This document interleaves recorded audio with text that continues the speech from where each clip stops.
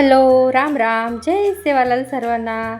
वर्षा बंजारा कुकिंगमध्ये तुमचं सर्वांचं स्वागत आहे. तर आज मी घेऊन आले आहे तुमच्यासाठी एकदम चविष्ट, झणझणीत आणि हॉटेल स्टाईल सोयाबीन वडीची ग्रेव्ही भाजी. ही भाजी इतकी स्वादिष्ट लागते की एकदा खाल्ली तर पुन्हा पुन्हा बनवायची वाटेल. नॉनव्हेज न खाणाऱ्यासाठी ही भाजी एक उत्तम पर्याय आहे. सोयाबीन, वडे आणि मसालेदार रिच ग्रेव्ही याचा संगमच जिभेवर रेंगाळणारी अप्रतिम चव आहे. तर चला बनवूया. तर गरम पाणी घेतले. गरम पाण्यामध्ये उकळता त्याच्यामध्ये सोयाबीन वडे टाकून द्यायचे कारण त्याची स्मेल वगैरे निघून जाते. त्याच्यानंतर कांदे घेतलेले आहेत मी 2 असे मोठे लांब लांब काप करून घेतलेले आहेत. ते एका कढईत टाकून भाजून घेऊ. त्याच्यामध्ये 2-4 मिरच्या टाकू, थोडंसं तेल टाकू आणि हे लालसर कलर येऊस्तोवर याला भाजून घ्यायचे. याच्यातच लसूण टाकून घेऊ, 1 चम्मच धने टाकून घेऊ, थोडीशी चटणी, थोडीशी हळद आणि थोडीशी कोथिंबीर. तर गरमागरम फुलके, चपाती, भाकरी किंवा पराठ्यासोबत ही भाजी खूपच छान लागते. घरातील लहान मुलापासून तर मोठ्यापर्यंत ही रेसिपी नक्की सगळ्यांना आवडेल. तर हे मिक्सरच्या डब्यामध्ये काढून घेतलं. तर याच्यामध्ये लगेच थोडंसं मीठ आणि थोडंसं पाणी टाकायचं म्हणजे ग्रेव्ही एकदम थिक अशी होते.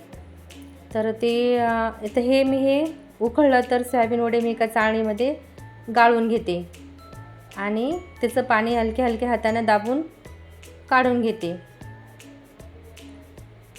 ते एका दुसऱ्या बाउलमध्ये टाकून घेते आणि याच्यामध्ये टाकायचं आहे 1 वाटी दही घेतलेलं आहे मी.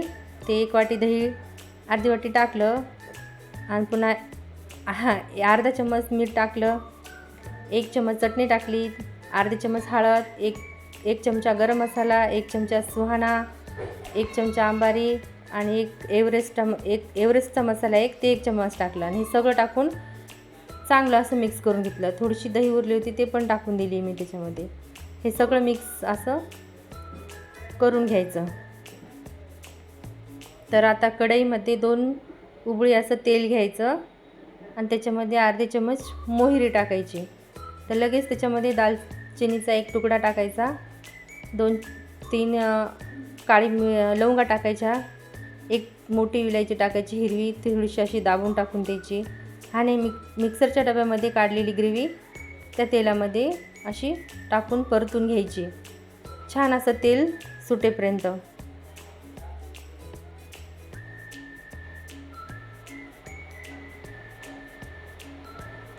तर आता हे झाकून घेतलेली आपण सोयाबीन वडीची,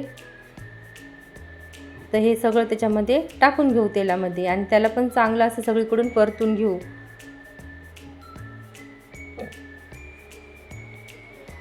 सोयाबीन वडीमध्ये भरपूर प्रोटीन असते त्यामुळे ही रेसिपी चवदार तर आहेच पण आरोग्यासाठी खूप फायदेशीर आहे.